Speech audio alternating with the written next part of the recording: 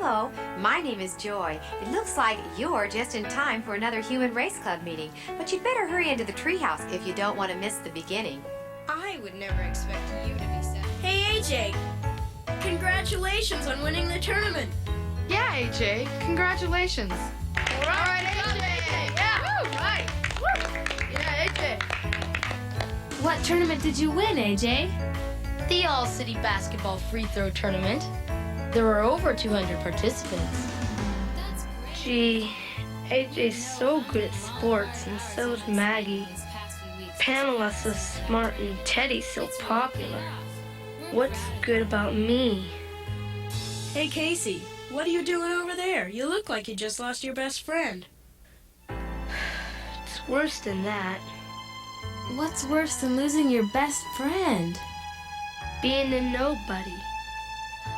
Why are you saying you're a nobody? You know you're a very special person. There's nothing special about me. That's not true, Casey. Everyone is special. That's a lesson I had to learn the hard way. What do you mean? I remember when Pamela learned that particular lesson. This is how it happened. In her whole life, Pamela had never known a person who had died. A goldfish she won at the school carnival died, and her very first cat was killed when it was hit by a car. Pamela felt bad when her fish and cat died, but they were pets, not people. Pamela would soon learn that the death of a pet is different from the death of a person. It all began one day when Pamela came home from school. I'm home! Pamela announced as she walked into the house and closed the door behind her. Her mother responded to Pamela's proclamation by calling out from the family room. Pamela, please come here. I need to talk to you. Uh-oh. Something must be wrong. Pamela muttered to herself. She walked into the family room and found her mother sitting at the table, writing a note on some light blue stationery.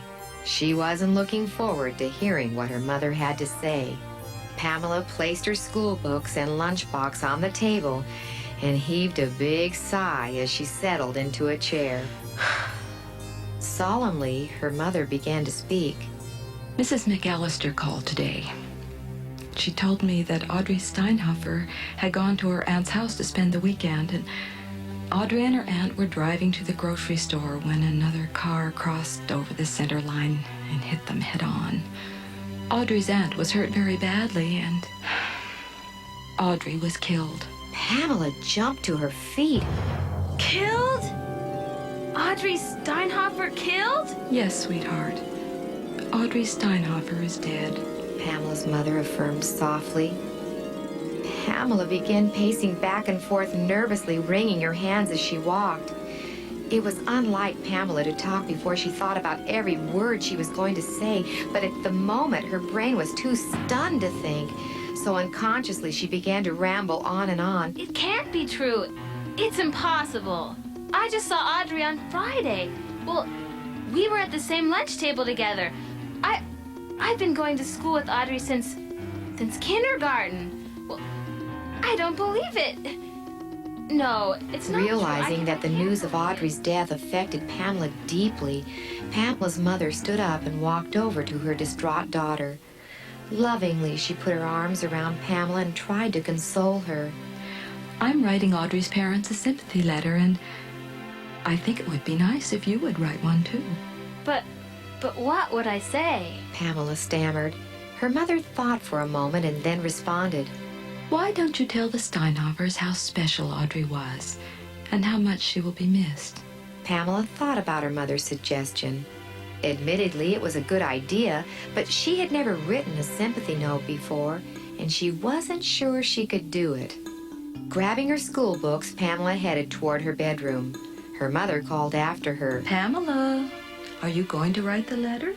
Maybe. Pamela said unconvincingly as she disappeared into her room. The next day at school, all anyone could talk about was the tragic accident that had taken Audrey Steinhofer's life. As the day passed, the gruesome story was hashed and rehashed. Each time it was told, the details were changed or exaggerated. By the end of the day, so many different versions of the story had been invented, it was impossible for anyone to know exactly what had happened. Only one fact remained unchanged. Audrey Steinhofer was dead. When Pamela came home from school that day, she went straight to her room. She was unloading her school books onto her bed when she noticed several sheets of light blue stationery stacked neatly on her desk. It was the same kind of stationery Pamela's mother had used for the sympathy letter she had written to the Steinhofers.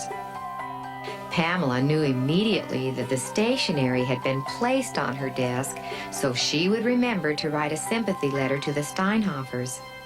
Staring at the stationery, Pamela plopped herself into her desk chair and sighed out loud. After a short while, Pamela began to rummage through her bottom desk drawer. Soon she found the class picture that had been taken earlier that year. Pamela ran her finger across each row of faces until she located the one that belonged to Audrey. For the first time, she examined the last school portrait that would be taken of Audrey Steinhofer. Hello, this is Joy. For the ending to this video and for other videos like it, go to our website at joyberryenterprises.com.